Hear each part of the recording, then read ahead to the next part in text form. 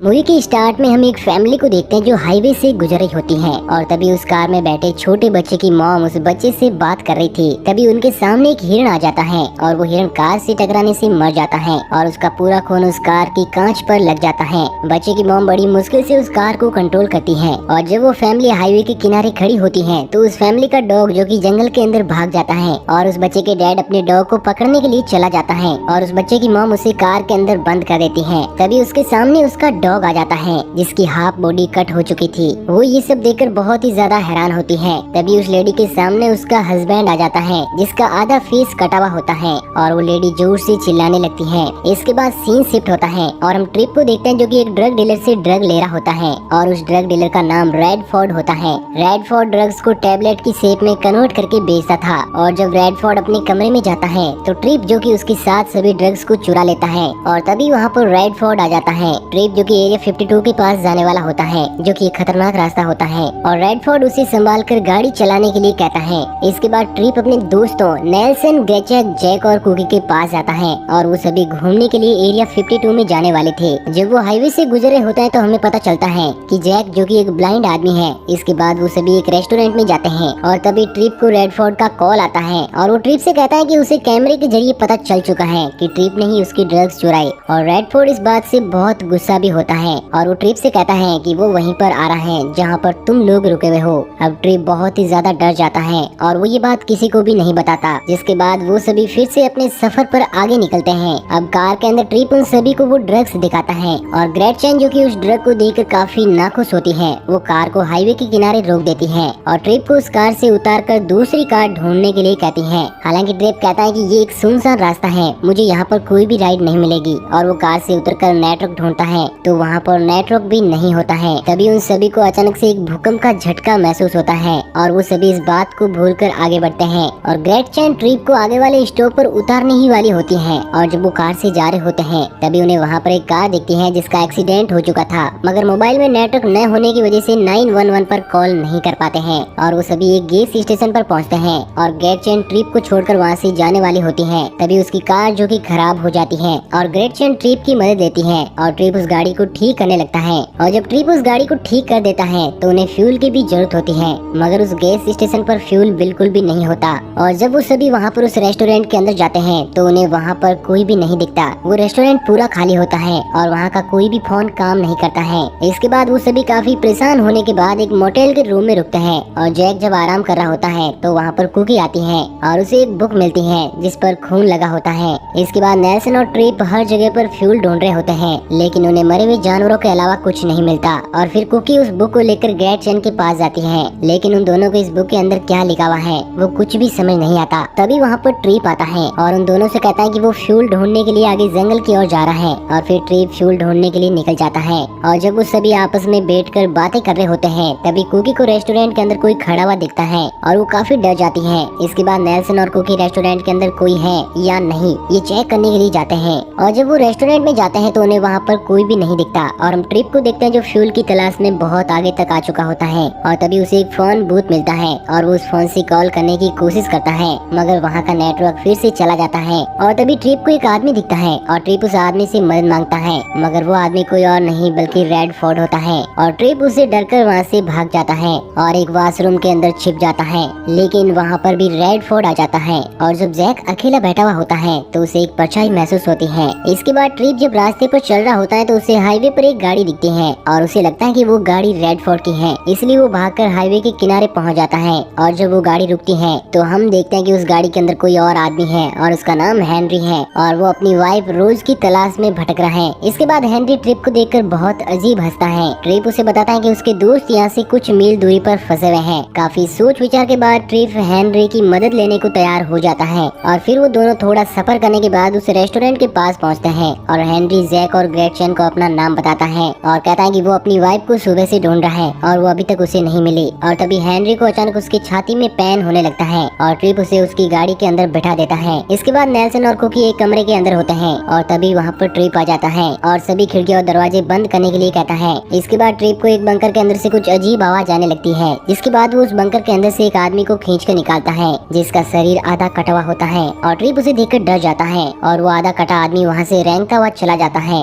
अब ट्रिप समझ जाता है कि यहाँ पर जरूर कुछ गड़बड़ है, इसलिए वो लड़ने के लिए हथियार ढूंढने लगता है और वो हेनरी के पास जाता है और हेनरी ट्रिप से पूछता है कि क्या तुमने यहाँ पर किसी आधे कटे हुए आदमी को देखा। तो ट्रिप कहता है कि हाँ मैंने देखा है। तब हेनरी ट्रिप को बताता है कि यहाँ पर और भी ऐसे लोग हो सकते हैं और तभी हेनरी अपनी गाड़ी के अंदर चला जाता है और अचानक से उसे कुछ बदबू आने लगती है और हेनरी उस बदबू की बात से वहीं पर दम तोड़ देता है। इसके बाद ट्रिप एक पाइप से हेनरी की गाड़ी से फ्यूल निकालने लगता है और तभी ट्रिप के मोबाइल पर एक कॉल आता है और कोई ट्रिप से मदद मांगने लगता है और तभी नेटवर्क न होने से कॉल कट जाता है और ट्रिप नेटवर्क ढूंढने के लिए छत के ऊपर चला जाता है और उसे भी वहीं पर बदबू आने लगती है, जो बदबू हेनरी को आ रही होती है और उसे फिर से वही कॉल आती है और तभी ट्रिप के पीछे एक साया आ जाता है और ट्रिप पर अटैक कर देता है। इसके बाद हम कुकी को देखते हैं, जब वो रात को वॉशरूम जाने वाली होती है तो उसे भी वही बदबू आने लगती है और कुकी के नाक से खून बहने लगता है। उसे कुछ भी समझ नहीं आता है और तभी वहीं पर वो साया आ जाता है और उसे नीचे की ओर खींचने लगता है और कुकी बहुत ही जोर जोर से चिल्लाकर हेल्प मांगने लगती है, लेकिन कोई भी उसकी आवाज को नहीं सुनता और तभी वो साया एक मशीन से कुकी के शरीर को काट देता है। वहीं दूसरी ओर नेल्सन कुकी को हर जगह ढूंढता है, लेकिन वो उसे कहीं पर भी नहीं मिलती और नेल्सन कुकी के बारे में जैक से भी पूछता है, मगर जैक को भी इस बारे में कुछ भी पता नहीं होता। इसके बाद जैक जो कि लैंडलाइन फोन चेक करता है, मगर वहाँ पर भी नेटवर्क नहीं होता और तभी उसके पैर के नीचे वही हिरण आ जाता है जिसने हमने मूवी के स्टार्ट में देखा था और नेल्सन जो कि कुकी का वेट अपने कमरे में कर रहा होता है और वो म्यूजिक सुनने लगता है और फिर से वही बदबू उस कमरे में भी आ जाती है और तभी नेल्सन को बेड के नीचे कोई खींचने लगता है और वो बचकर बेड के ऊपर चढ़ जाता है और नीचे कौन है चेक करने के लिए अपना जूता नीचे फेंकता है और तभी वो साया उस जूते को काट देता है। तभी नेल्सन एक सॉल ओढ़कर उस कमरे की खिड़की को तोड़कर बाहर निकलता है और जब वो खड़ा होता है तो देखता है कि उसका गला एक कांच से कटा हुआ है और वो खून निकलने की वजह से वो जमीन पर गिर जाता है और वहाँ पर ग्रेट चैन और जैक आ जाते हैं और वो देखते हैं कि नेल्सन जो कि मर चुका है और तभी वो दोनों ट्रिप और कुकी को आवाज लगाने लगते हैं और हेनरी की गाड़ी में जाकर उसे चेक करते हैं और देखते हैं कि हेनरी भी मर चुका है। इसके बाद ग्रेट चैन जैक को फोन पर बात करने के लिए वहीं पर रोक देती है और हेनरी की गन लेकर ट्रिप और कुकी को ढूंढने लगती है। इसके बाद हेनरी को फोन पर किसी की आवाज आती है कि अब तुम मरने वाले हो, इसलिए हेनरी गाड़ी से उतरकर ग्रेट चैन को ढूंढने लगता है और हम ग्रेट चैन को देखते हैं जो कुकी के पास बुक होती है उसे पढ़ने लगती है। तभी उसे रेड फोर्ट की आहट महसूस होती है, लेकिन उसे पीछे कुछ नहीं दिखता और जब वो दूसरे कमरे में जाती है तो वहाँ पर दीवार पर बहुत कुछ लिखा होता है और एक दीवार पर लिखा होता है कि या तो तुम्हें लड़ना होगा या तुम्हें मरना होगा और तभी ग्रेट चैन उस कमरे से बाहर चली जाती है। इसके बाद जैक जो कि ग्रेट चैन को ढूंढता हुआ बहुत दूर चला जाता है और तभी उसे कुछ आवाज आने लगती है और तभी वो साया वहाँ पर आ जाता है और उसे मारने की कोशिश करता है, मगर वहाँ पर ट्रिप आ जाता है और उस साये पर गोली चला देता है और वो साया वहाँ से भाग जाता है और तभी हम देखते हैं कि उस साये ने ट्रिप के एक हाथ को काट दिया है और ट्रिप जैक और ग्रेट चैन को लेकर हथियार वाले कमरे में आ जाता है और वो दोनों को हथियार देता है और तभी साया वहाँ पर आ जाता है और ट्रिप उस साया से लड़ने की कोशिश करता है और वो दोनों को वहाँ से भगा देता है और तभी वो साया ट्रिप को जान से मार देता है।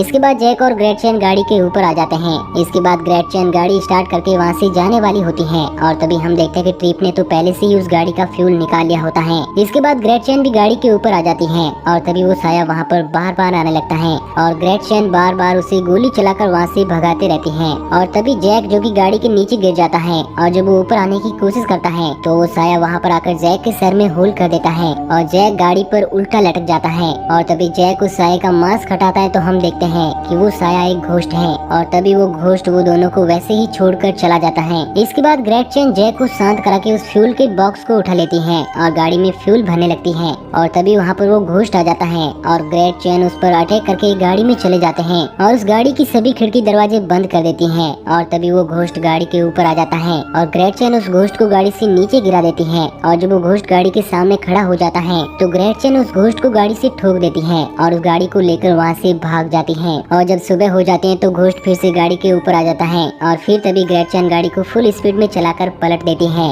और उनका एक्सीडेंट हो जाता है। इसके बाद ग्रेट चैन बेहोश होती है तो वहाँ पर रेड फोर्ट आ जाता है और उसे जगाता है और तभी वहाँ पर पुलिस भी आ जाती है और छानबीन करने लगती है। इसके बाद हम फ्लैशबैक का सीन देखते हैं जब ग्रेट चैन ने हाईवे किनारे गाड़ी रोकी थी तो वहीं से हेनरी की गाड़ी भी गुजरी थी और रेड फोर्ट की गाड़ी भी और उन सभी का एक्सीडेंट हो जाता है। उन दोनों की गाड़ियों में सभी की मौत हो चुकी थी और अभी तक वो सभी आफ्टर लाइफ जी रहे थे, मतलब कि मरने के बाद की जिंदगी, और वो ही घोस्ट है और वो उन सभी की सोल को लेने के लिए आया था। मतलब कि जब उन्हें भूकंप का झटका लगा था तो वो सभी उसी वक्त मर चुके थे और इस एक्सीडेंट में जैक और ग्रेट चैन जो कि बच जाते हैं, इसलिए वो घोस्ट के अटैक से बच जाते हैं, इसलिए रेडफोर्ड उन्हें देख लेता है और पुलिस को बुलाकर उनकी हेल्प करता है। और फिल्म की स्टार्ट में हमने जिस फैमिली को देखा था वो फैमिली भी हिरण के टकराने से मर गई थी और उनकी सोल लेने के लिए वही घोस्ट आया था। इसके बाद हम जैक और ग्रेट चैन को देखते हैं जो जख्मी होते हैं और उन्हें अपनी आफ्टर लाइफ के बारे में कुछ भी पता नहीं होता है। और इसी के साथ ये मूवी यहीं पर एंड हो जाती है। तो दोस्तों आपको ये कहानी कैसी लगी नीचे कमेंट करके जरूर बताना।